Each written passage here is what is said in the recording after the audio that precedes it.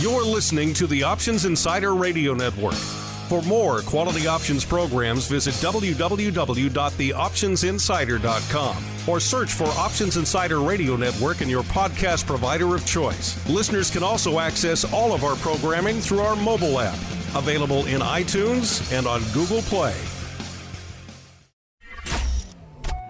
Bitcoin, Ether, Solana, Doge, and more. Cryptocurrencies and digital assets are taking the financial world by storm. This exploding market provides everything a savvy trader needs: volatility, volume, and liquidity, provided you know how to find it. That's where we come in. Welcome to the Crypto Rundown. Each week, we'll break down the latest trading activity, trends, and developments throughout the world's leading crypto derivatives markets. If it's moving the crypto markets, then you'll find it on the Crypto Rundown. The Crypto Rundown is brought to you by Amber Data. If you're entering the digital asset class, you'll need access to granular on-chain and market data from multiple venues to power research, trading, risk management, and compliance. Amber Data delivers comprehensive data and insights into blockchain networks, crypto markets, and decentralized finance, empowering financial institutions to apply traditional finance methods to digital assets. Amber Data eliminates the infrastructure setup, integration challenges, and maintenance headaches to access digital asset data, reducing cost and time to market to enter the digital asset class. Learn more and download their digital asset data guide at www.amberdata.io.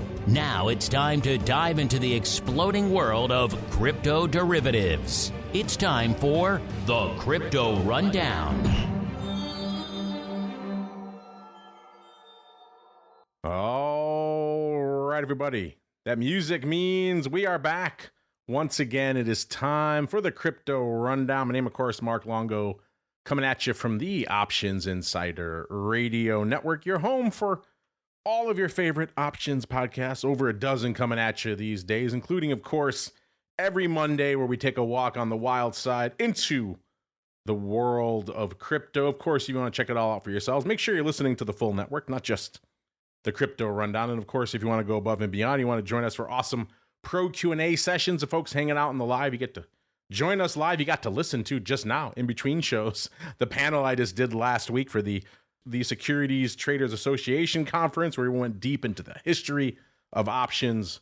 All sorts of fun to be had. Upcoming Vol Deathmatch 2.0, the only place to check out all that fun stuff, theoptionsinsider.com/pro is the place to go as we see who's joining us on the old Crypto Rundown this week. I'm pleased to welcome back Mr. Pat Wood, the president and CEO of Delphix Capital Markets. Pat, welcome back to the Crypto Rundown, sir. Thanks, Mark. Great to be here. Thanks for having me. We haven't had you on since an auspicious day, October 6th, so a lot to get to. Let's get down to business. It is time for the Bitcoin Breakdown. It's time to explore the latest trading activity, trends, and developments across the world's leading crypto market. It's time for the Bitcoin Breakdown.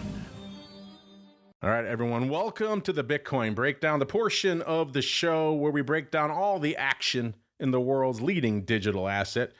Yup, we're talking about good old BTC, and a wee bit lower than it was this time last week, about almost exactly 10,000 handles lower, listeners. We were a little bit north of 88,000 on the show last week, 88,104, coming in to the start of the show today, right around 78,000, 78,415. So again, not exactly the news that the hodlers and the crypto bulls out there wanted to hear. Of course, breaking through that seminal 80K level in the wrong direction, which is, I'm sure, going to have an interesting impact on the vol and the skew. We'll get to all of that in a little bit. But Pat, as I mentioned, you haven't joined us since October 6th of last year. A lot has gone on since October 6th, including the very day that you joined us last time was effectively the all-time high for Bitcoin, north of 126K. Obviously, a very different regime going on now. A lot has happened since the last time you chatted with us. So let's start there. Catch us up.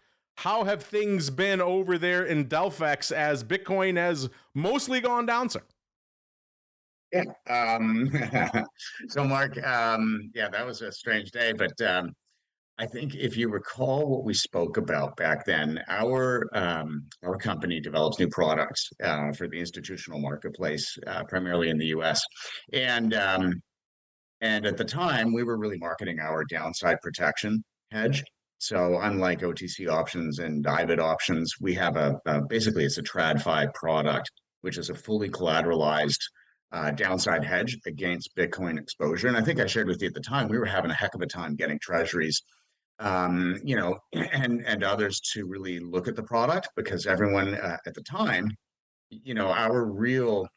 our challenge then was to convince people that, hey, you know what, this asset is very, very volatile. And No we one had to wants go to back buy to the hedge at all-time highs, right?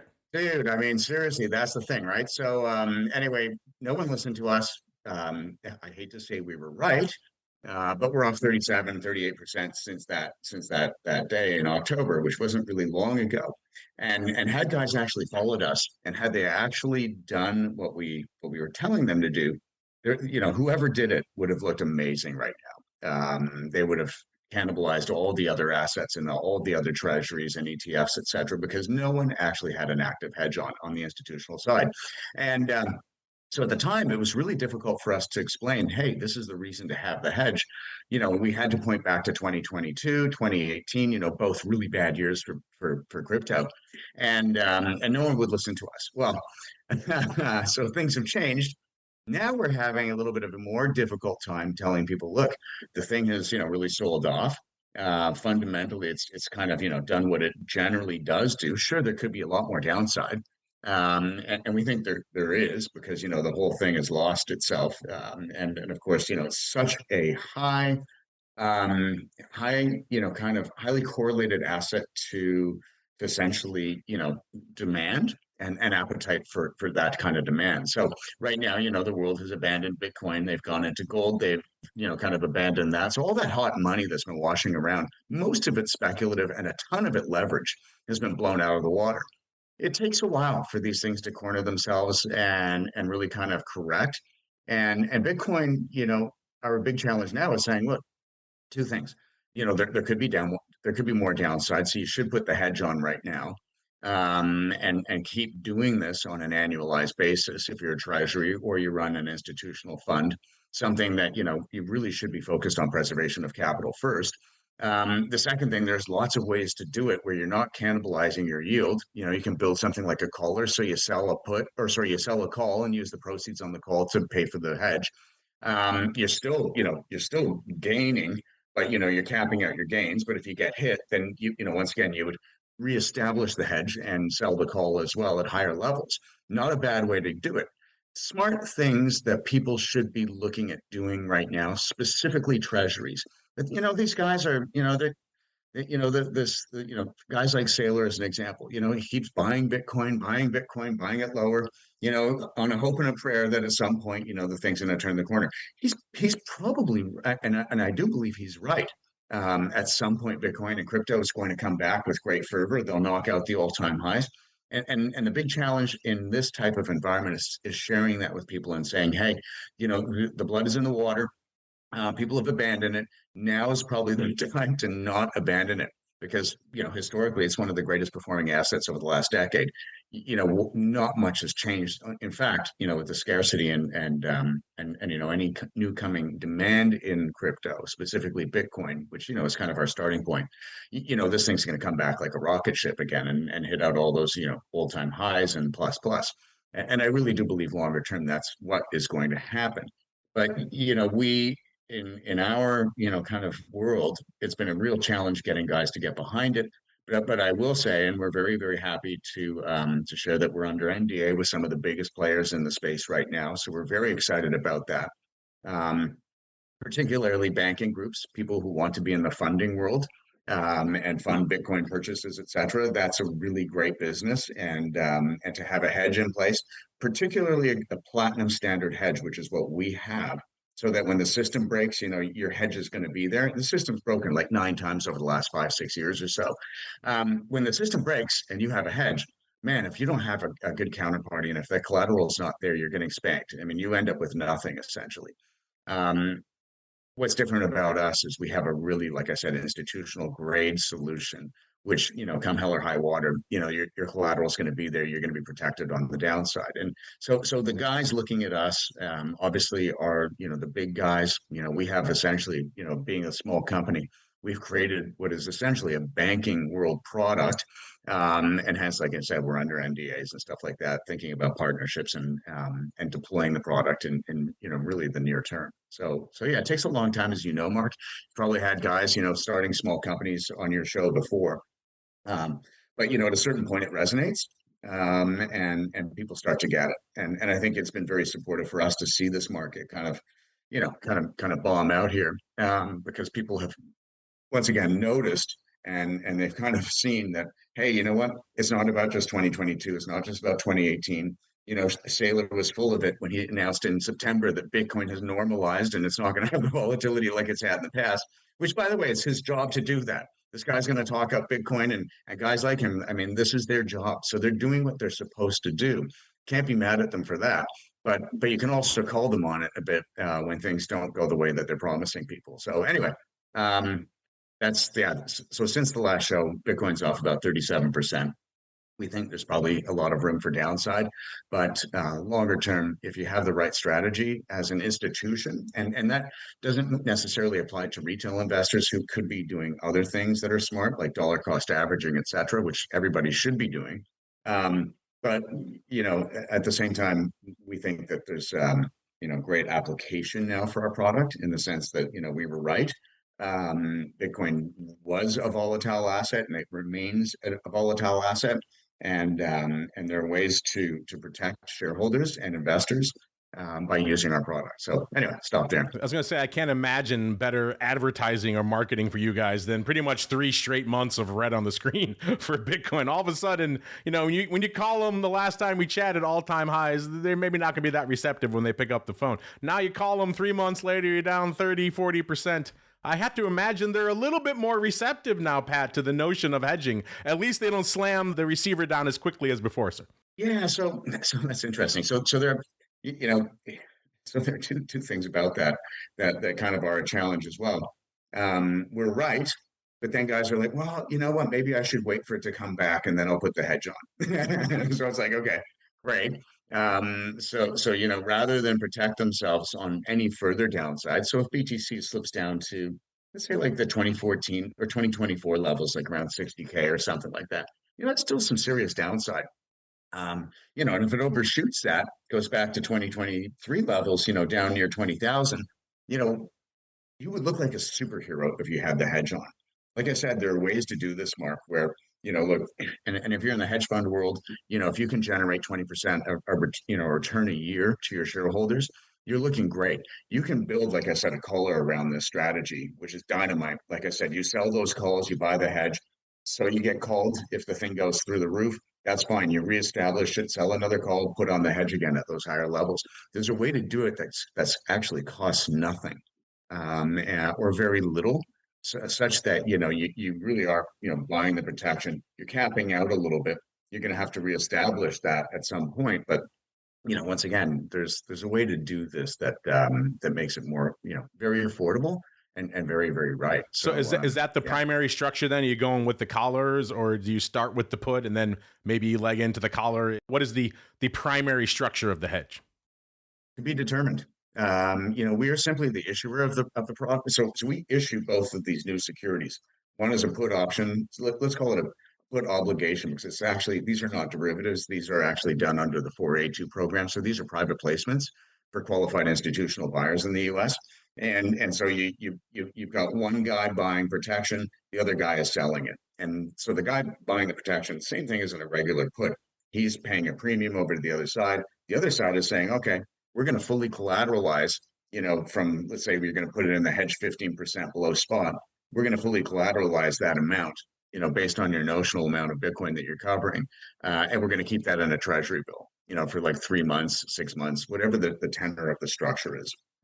And so, yeah, that's how guys are going to be doing the actual. So that's how we issue these new securities. Are people going to then go out and sell a call to pay for the hedge? I think that's a smart strategy. If I was running a treasury and if I was a treasurer, which none of these guys are actually treasurers running these treasuries, which is also a bit of a, kind of a, what the heck? And then, but if I was a treasurer, that's exactly what I would do. That way I still end up with some upside. But heck, I'm going to protect everybody on that downside, which is what a treasury, like I said, fundamentally is supposed to do. There are ways to do that. I don't know if guys are going to want to just buy the protection straight out. I can't talk too much about it, only because we're under NDA, Mark. But yeah, soon it will be out there as far as, how people are going to use this, how they're going to bash it around. For hedge funds, the people kind of more likely going to be, the guys selling the protection and others like them. Are they going to go out and they're going to arb this with OTC options? Who the heck knows? Like I said, we have one job, and that is to be the issuer of these things and to work with partners, who see it as a valuable tool in their own business.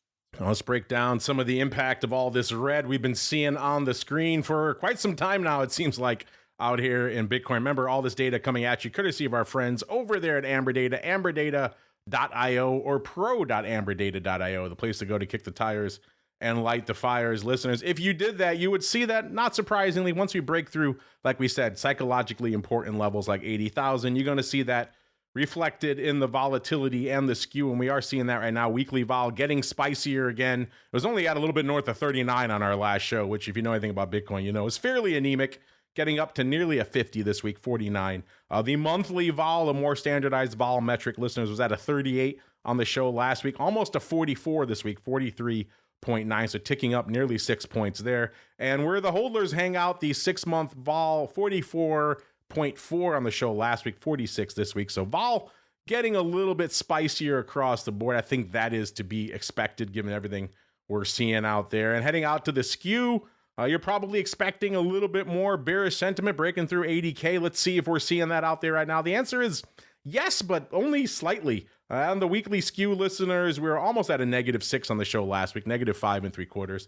We're down to a whopping -6.1 right now, so not exactly a huge evolution on the weekly skew front.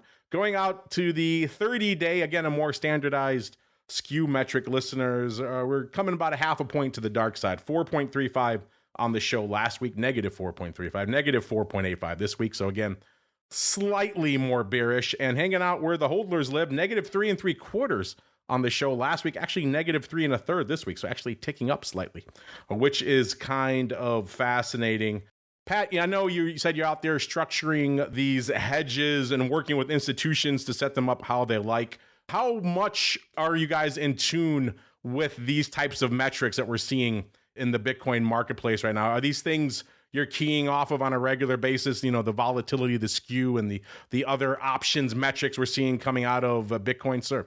Yeah, 100%. Yeah, that.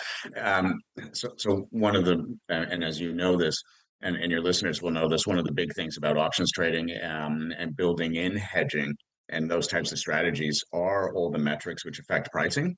And we can't have a product unless both sides agree on pricing. So we're kind of blessed, but kind of cursed at the same time, in the sense that there are things out there like OTC options on IBIT that people can look at and say, okay, well, this is a basis for what you guys are doing, and this is a basis for the hedge. But I would say that the unknown in our pricing is how much is that full collateralization worth? Having that full collateralization posted, even though when you're buying an OTC option, as an example, you think your counterparty is going to be there, and you think they're going to have this thing fully collateralized. I mean, between you and I mean, back in October when we spoke, I mean, I saw that there was a ton of leverage in the system. And there was no chance that it wasn't going to just kind of blow up a bit. I mean, the writing was on the wall at that point. And I've been in this business for 30 years, trading options, bonds, preferreds, the stuff that Michael Saylor likes to say, that he's developed new products like perpetual preferreds.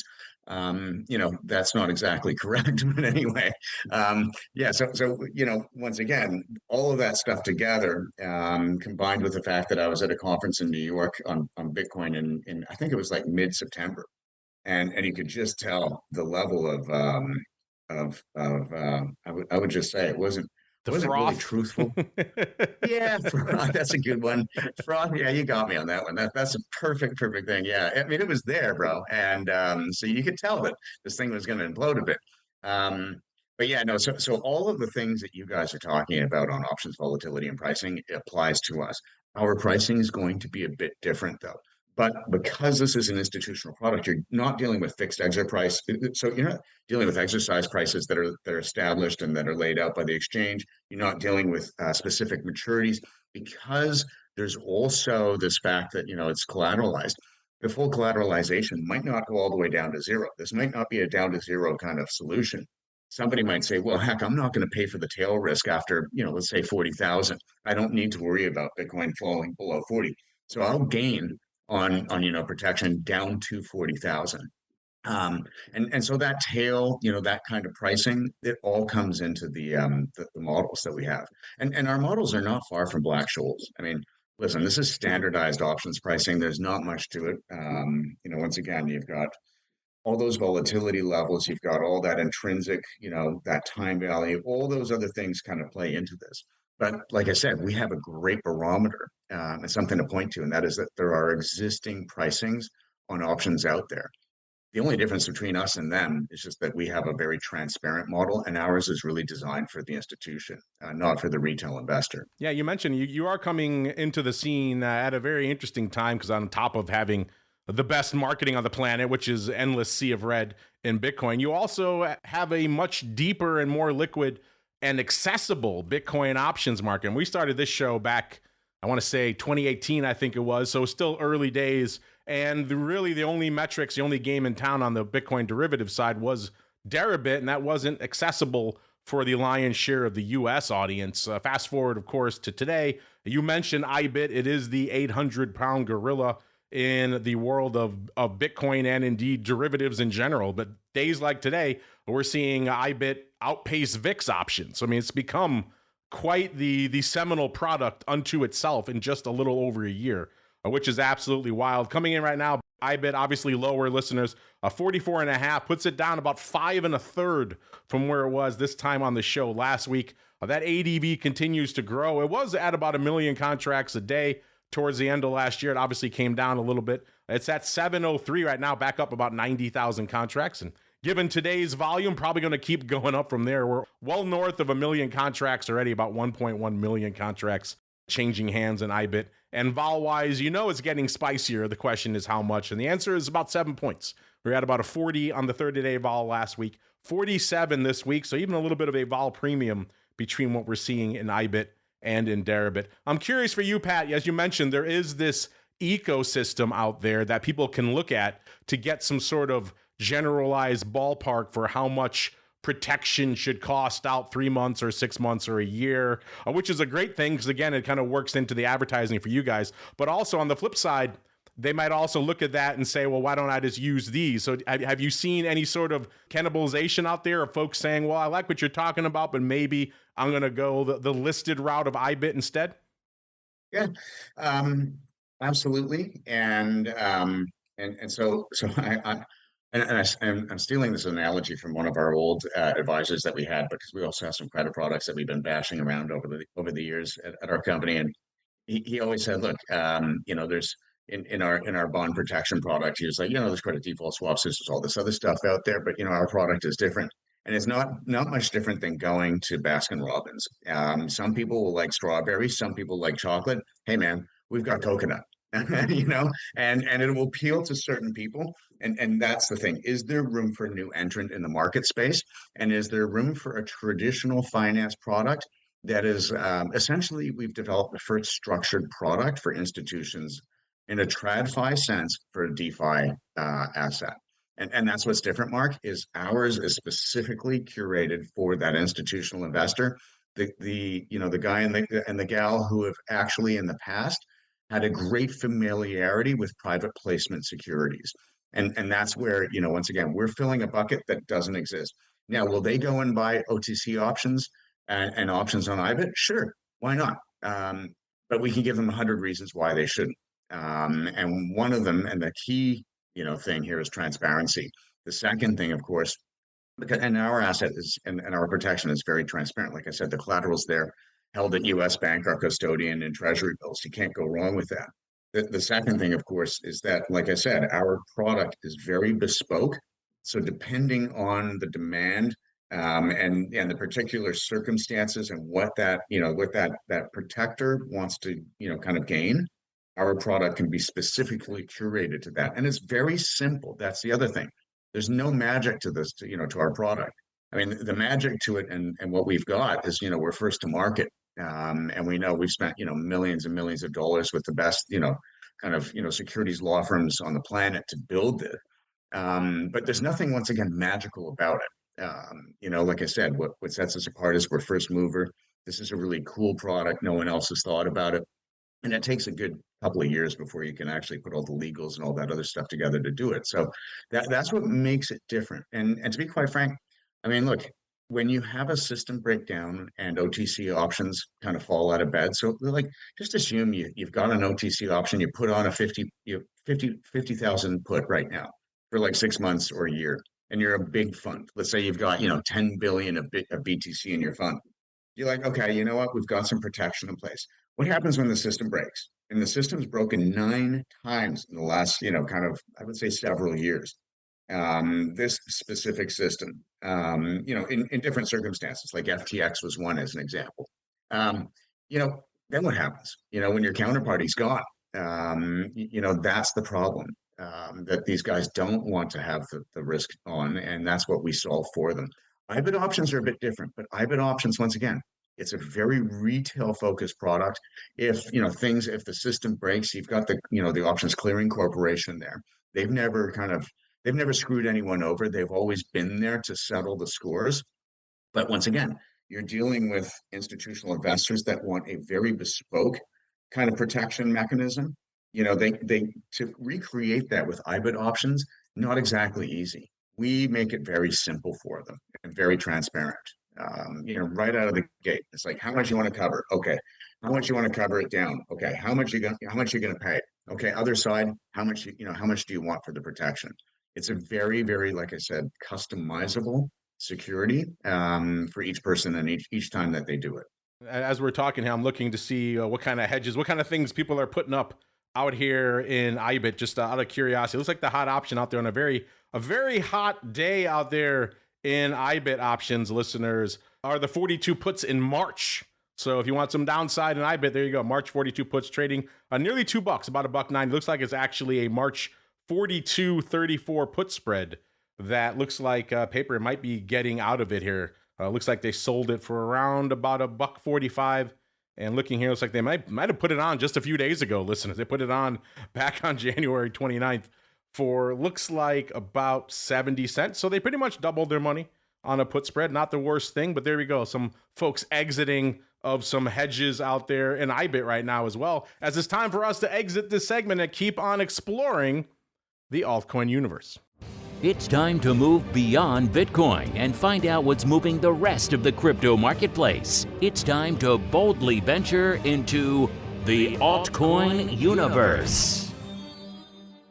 All right, everybody, welcome to the altcoin universe, the portion of the show where we break down everything outside of the big dog, which is Bitcoin, except for right now, when we look at the top 10 from a market cap perspective. And spoiler alert, it costs you less to break into the top 10 this week than it did last week. The question is how much less. Last week, it cost you about $12.7 billion to break into the top 10. That got you to our old pal Cardano. And coming in this week, it's still Cardano at the top 10, or I should say at number 10, but it's only $10.9 billion. So coming in nearly $2 billion off the bottom there to break into the top 10 this week, listeners. Number 9 is still Doge, 18.25 billion. Number 8, it's Tron, 26.8 billion. Number 7, it's Solana, 59.1 billion. Solana starting to get to some interesting levels out there as well. We'll get to that in a second. Number 6, USD Coin, 70.6 billion. Number 5, it's XRP. Good thing Bill or his wife aren't joining us on the show today, because XRP back at some old school levels as well, and down to 99.75 billion worth of market cap. Number 4, it's BNB, 105.6 billion. Number 3, it's Tether, 185.2 billion. Number 2, this one hurts, listeners, it's ETH, 283.1 billion. And the big dog, Bitcoin, obviously a lot smaller this week. Bitcoin, 1.56 trillion. And we've been talking a lot about Bitcoin, Pat. I know that's your primary focus, but for a lot of our listeners, a lot of folks out there in the crypto space, ETH has been a big story for them, was kind of the big story of the year for a lot of them last year. We saw highs and then lows and then highs again, all within the same calendar year. It was absolutely wild. Coming into the start of the show today, back below a level a lot of folks are not going to be happy with. We were north of 2,900 on the show last week, right around 29 and a quarter. This week below 2,500, which is I know a level a lot of folks key off of, down to 2344, down nearly 600 handles, 580 handles. So again, we're talking a lot about Bitcoin, but I think some folks could use a hedge in ETH. Mr. Pat, have you had a lot of phone calls and a lot of inquiries on that front? No, we haven't. We have to have a starting point, Mark, and our starting point obviously is the big dog. But that being said, we can absolutely use Ethereum, Solana, you name it, as the basis for what people want to protect against on the downside. So there's a great malleability to the product. There's versatility. Really, it's a change in our documentation, like offering memorandums and other stuff, to reflect that change in the new in the new kind of, what do we call it, the underlying or the reference crypto. But yeah, no, it's very valuable, and it should be definitely done with some of these larger holdings in Ethereum. That being said, we're not real experts on the altcoin side. I bought some fart coin back in the day just because of the name, but that's the frat boy in me. And I think I made $50, which was great. And I got to share it with my buddies that I bought some fart coin. But otherwise, yeah, we kind of stay out of that space. And the reason being, it's just not big enough yet. It doesn't mean that it won't become, but that space is still pretty small. It just makes sense for us to shoot for the stars and the biggest, kind of the biggest ship out there. And that obviously is Bitcoin. And obviously Ethereum would follow that, and Solana next. And I have to say, Solana especially, I mean, it's pretty new.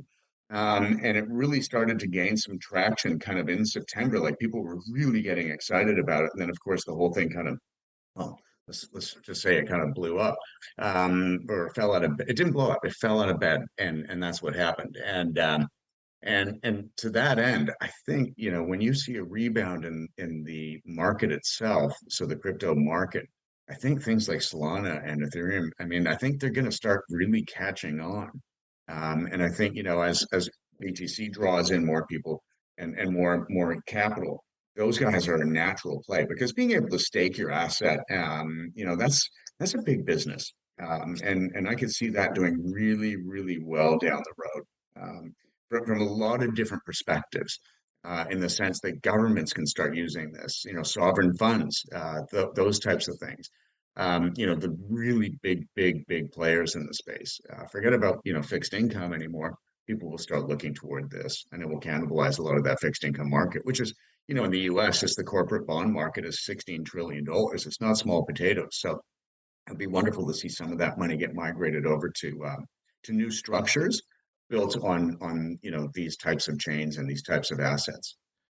I don't know if ETH or Solana are going to be luring anyone into the markets this week. We'll get to all the rest of the altcoin universe fun in a second. Let's run down what's going on in ETH right now. Similar story to what we're seeing in Bitcoin. Obviously, a lot of red on the screen. That's going to lead to more vol and some interesting developments in the skew. The weekly vol getting spicier out here in ETH. Was at a 53 on our show last week, 53 and a half to be precise. Coming in to start the show today at a 73, so gaining nearly 20 points on the weekly vol front. Hanging out on the monthly vol front, 53.8 on the show last week, 64.15 coming in to start the show today. So gaining over 10 points out there as well. And the Hodler vol was at a 61.2 on the show last week, 64 and 3/4. So as you would expect, ETH vol getting a little bit spicier. And again, once we keep breaking through these psychologically important levels, in the case of Bitcoin, it's 80,000. In the case of ETH, 2,500, you're going to see more vol creeping in there. You're going to see the skew tilting more to the dark side as well, and that's what we're seeing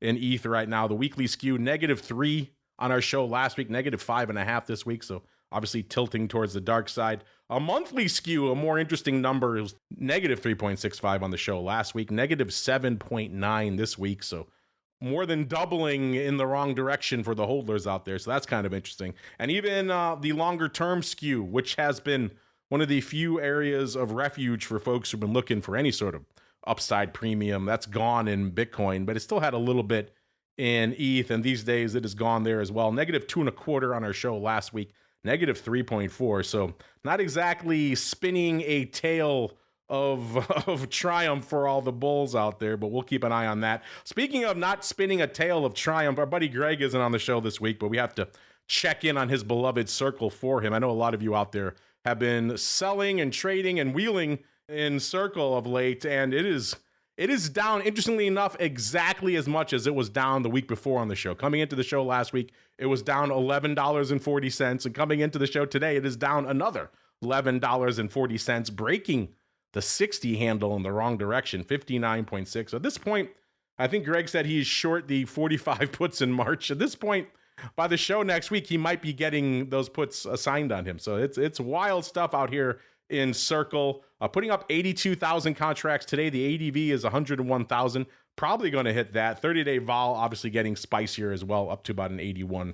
And the hot option out there in Circle today, kind of an interesting one, is the Feb 70s, 8,300 of those trading for 234, and looks like 5,200 of the Feb 95. So maybe we have an upside vertical. Those trading for, appropriately enough, 15 cents. So 70.95 vertical. Do you like that? Listen, are you still in on Circle? Are you selling puts, or have you washed your hands of it completely out here? Again, this sea of red, I'm sure getting taxing for a lot of folks out there. That is also the case in Solana.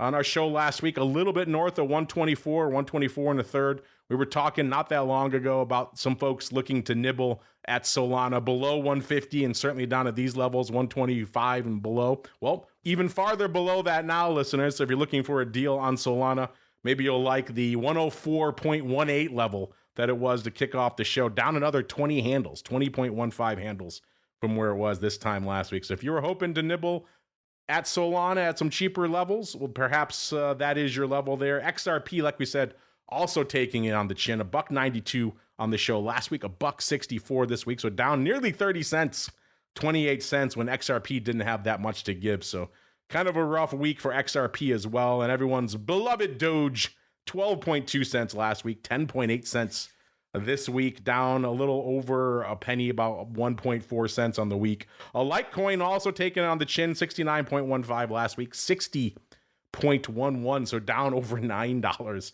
on the week. I'll run through a few others here, then I want to get Pat's thoughts on our surprise crypto question of the week, which is an interesting one and getting some interesting results. Cardano was 35.2 cents last week, 30.2 cents, so down a nickel. Polkadot 187 last week, $1.56 this week, so down a whopping 31 cents. And cover your ears, chats, because no Shiba Lambos in the offing this week. It was a million zeros, 77 last week. This week, a million zero, 69. So unfortunately, you're going to lose the wheels on those Lambos out here this week. But I want to get to this one now because it's kind of intriguing. It is time for the crypto questions.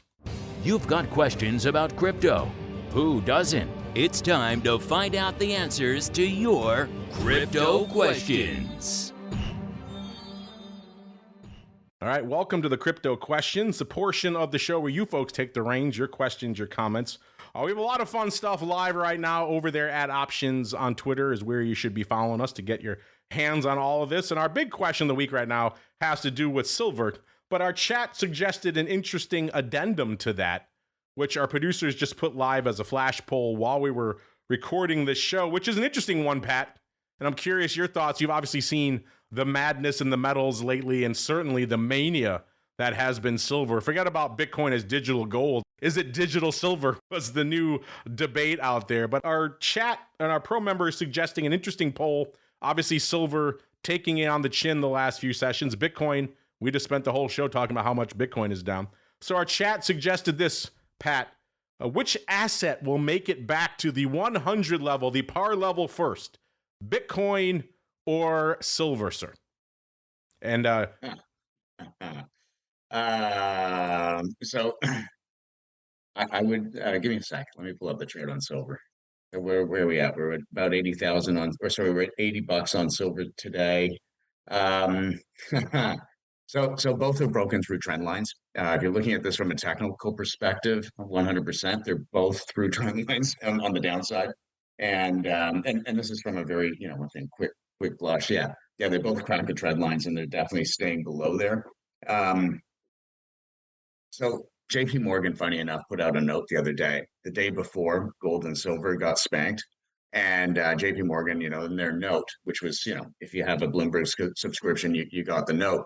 It was like, hey, fundamentally, there's no reason for gold and silver to be up here. This is driven on speculation. And there's a lot of things like these new perpetual futures and things like that. Like, once again, we're in a new world, right? Ever since kind of COVID kind of came out, this new generation of investor is somebody who really likes a lot of risk, and they're very analytical. They love options. They love things like futures and getting into this space. It's the reason why the gamification of sports has just become such a huge business on the sport betting side and the prediction market side. And I think, to that end, that's why these markets are so darn hot on the downside, because, people really do lever like crazy, especially some of the younger guys. And I'm not putting myself in that category. I'm 54. I'm an old fart, kind of a loser. My time has come up. But for the younger people out there who are in this space, they love the fast action, and they move around like crazy. And in this case, the likelihood of because silver and gold, they're really driven by this thought that there's dollar devaluation, and that's the main driver behind them. Fundamentally, that doesn't really make a lot of sense. There's no scarcity to silver and gold. There is a little bit in the physical markets, but they're always producing new reserves. Whereas with crypto, specifically Bitcoin, there's scarcity to that asset. There's 21 million of these suckers out there. After that, there's none. So I would say fundamentally, Bitcoin has a much higher likelihood of coming back and breaching those all-time highs. So, easy. I can see it an easy reverse. And by the way, what happened in the gold and silver markets, that's a very, very bigger problem for the world investors than Bitcoin. You're talking a lot more exposure, a lot more value just got wiped off the books. So it's going to take a long time for those markets to come back. They're not coming back to those old levels again. And if they do, they'll briefly touch them. But once again, once you break like that, and that's the problem with Bitcoin, it really broke back in kind of October, November. Once you have those massive sell-offs, it takes a long time for those markets to decompress. And that's what's happened with Bitcoin. Bitcoin has a head start on these guys by what do we think, like 3-4 months? Much likelier that Bitcoin comes back sooner than they do. So there you go. That's a long answer to a long answer to a very short, to what should be a very short answer. I tend to agree with you. I think Bitcoin has a proven track record of getting up there. Obviously, silver, this was kind of a call it what you will, a speculative bubble, a bit of froth, just nonsense, whatever you want to call it. It doesn't really have a history of making those levels. So I kind of myself would probably put myself in the Bitcoin camp. But right now, Pat, our audience, they're feeling all the silver FOMO. 76.9% say silver's going to turn around, get back to that parlay. That would certainly be interesting if it could make a turnaround. I guess I shouldn't discount anything. It was moving 5 to 10% a day for a while there this year. So I suppose anything is possible. But right now, our audience right now feeling the silver. That music does mean we have come to the end of another sojourn through the world of all things crypto. Pat, I want to thank you for joining us, giving us a little bit of a glimpse into the world of all things Bitcoin hedging here on the show. We have you on all-time highs. We have you on times when hedging is very much required. So who knows what's going to be happening the next time we have you on here, Pat. In the meantime, if folks are intrigued, they want to check out what you have cooking over there at Delphix, where should they go? What should they do? So we're a public company. We're publicly listed, and people can just go on to Yahoo Finance or any of these services and just pull up Delphix Capital Markets. So DELPHX Capital Markets. It's kind of a dumb name, but it's a name we inherited from somebody from a long time ago. Anyway, that's why we're using Delphix. There's apparently some meaning to it, but anyway, you guys get the gist of it. DELPHX.com or Delphix Capital Markets. You can follow our stock. We haven't done any marketing on our shares at all, so the stock is. I don't even think it really trades even. But yeah, good time to be looking at it for sure. There you go. Check it out. Delphix.com, DELPHX. AmberData.com, the place to go to kick the tires and light the fires. While you're checking things out online, make sure you check out our friends over there at AmberData, AmberData.io, the place to go to kick the tires and light the fires on all this data we talked about on the show and a whole bunch we didn't have time to get to. That GUI they have over there now completely free, so you can't beat the data. You sure as heck can't beat the price. AmberData.io to learn more. That is going to do it for us on the Crypto Rundown. Not going to do it for us on the network today, though. Back again after the closing bell to break down a wild day in the options markets. What's going to make it onto the hot options report? Well, you got to tune in to find out. Back again for all of our pro folks tomorrow with an awesome pro Q&A, as well as, of course, a lot of other great stuff. And then back again throughout the rest of the week with our usual array of content on the network till we're back again next Monday. Another episode of the Crypto Rundown. Stay safe out there, everybody. The Crypto Rundown is brought to you by Amber Data. If you're entering the digital asset class, you'll need access to granular on-chain and market data from multiple venues to power research, trading, risk management, and compliance. Amber Data delivers comprehensive data and insights into blockchain networks, crypto markets, and decentralized finance, empowering financial institutions to apply traditional finance methods to digital assets. Amber Data eliminates the infrastructure setup, integration challenges, and maintenance headaches to access digital asset data, reducing cost and time to market to enter the digital asset class. Learn more and download their digital asset data guide at www.amberdata.io.